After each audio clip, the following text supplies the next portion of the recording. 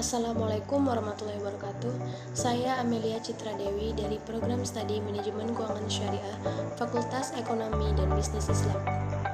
Video ini merupakan tugas ujian akhir semester dalam makul, yaitu aspek hukum, dengan membahas tentang pasar modal syariah.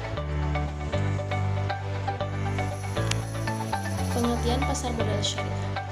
Segmen dari pasar modal konvensional yang mengoperasikan instrumen-instrumen keuangan berdasarkan prinsip-prinsip syariah.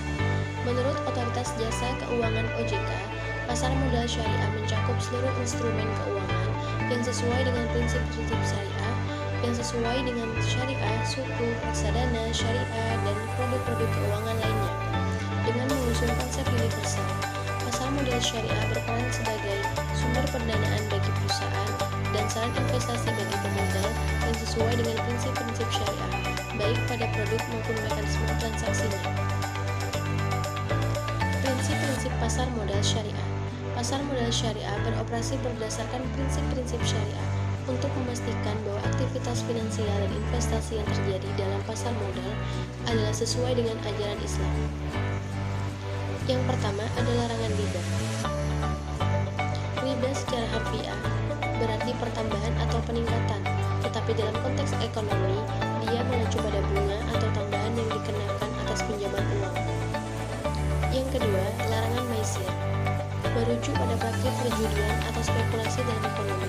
Dalam pasar modal syariah, larangan maisir menghindari spekulasi berlebihan dan investasi yang didasarkan pada keuntungan semata. Yang ketiga, larangan gharar, ketidakpastian atau ketidakjelasan dalam suatu transaksi. Dalam pasar modal syariah, larangan gharar berarti transaksi harus transparan dan jelas, tanpa adanya unsur ketidakpastian yang berlebihan. Yang keempat, larangan investasi dalam usaha haram, memproteksi nilai-nilai moral dan etika Islam dengan melarang investasi dalam usaha-usaha yang dianggap haram atau pertentangan tentang ajaran Islam. Peran pasar modal syariah penting dalam perekonomian, yaitu menghimpun dana masyarakat untuk investasi pada proyek-proyek yang sesuai dengan prinsip syariah, meningkatkan likuiditas dan efisiensi pasar modal, menyediakan alternatif investasi yang aman dan etis, mendorong pertumbuhan ekonomi yang stabil dan berkelanjutan. Selanjutnya, pihak dalam pasar modal syariah, yaitu pertama, pengawasan badan atau lembaga yang bertugas mengawasi dan mengatur pasar modal disebut BAPEPAM, Badan Pengawas Pasar Modal. Tugas BAPEPAM adalah membuat peraturan-peraturan sebagai pedoman bagi seluruh pelaku pasar modal dan melakukan pengawasan terhadap pelaksana peraturan tersebut. Mereka memastikan bahwa semua transaksi dan kegiatan di pasar modal sesuai dengan peraturan dan standar yang ditetapkan. Yang kedua, penyelenggara bursa ini adalah organisasi atau lembaga yang menyelenggarakan perdagangan efek di bursa efek. Mereka menyediakan infrastruktur dan platform perdagangan untuk memfasilitasi transaksi saham dan obligasi. Indonesia memiliki satu penyelenggara bursa, yaitu Bursa Efek Indonesia. Yang ketiga, yaitu pemain utama merupakan pihak-pihak yang paling berperan dalam perdagangan efek, seperti emiten, perusahaan atau entitas yang menerbitkan dan menjual sekuritas seperti saham atau obligasi kepada publik melalui pasar modal untuk mendapatkan dana. Kedua, itu ada investor, individu dan lembaga yang menyediakan dana untuk diinvestasikan dalam sebagai instrumen keuangan di pasar modal dengan tujuan memperoleh keuntungan dari investasi mereka.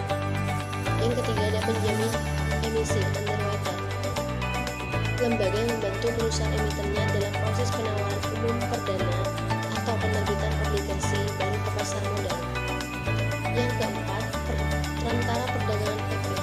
Pialang adalah perantara atau perusahaan yang memfasilitasi transaksi jual beli efek di pasar modal antara investor dan pasar.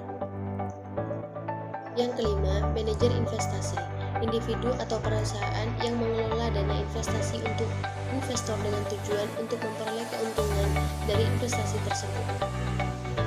Dan yang terakhir ada lembaga penunjang penerbitan efek. Beberapa lembaga menunjang penerbitan efek, yaitu ada Biro Administrasi Efek, Kustodian, Wali Amanat, Pemeringat Efek, LKP, LPP.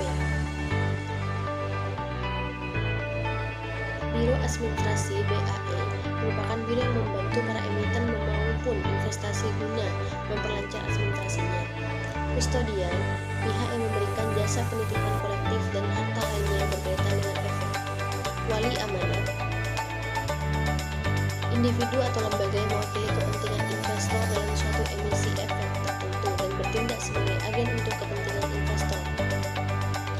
Pemeringkat efek, lembaga yang memberikan penilaian atau peringkat terhadap kredit efek atau obligasi yang diterbitkan oleh perusahaan atau pemerintah.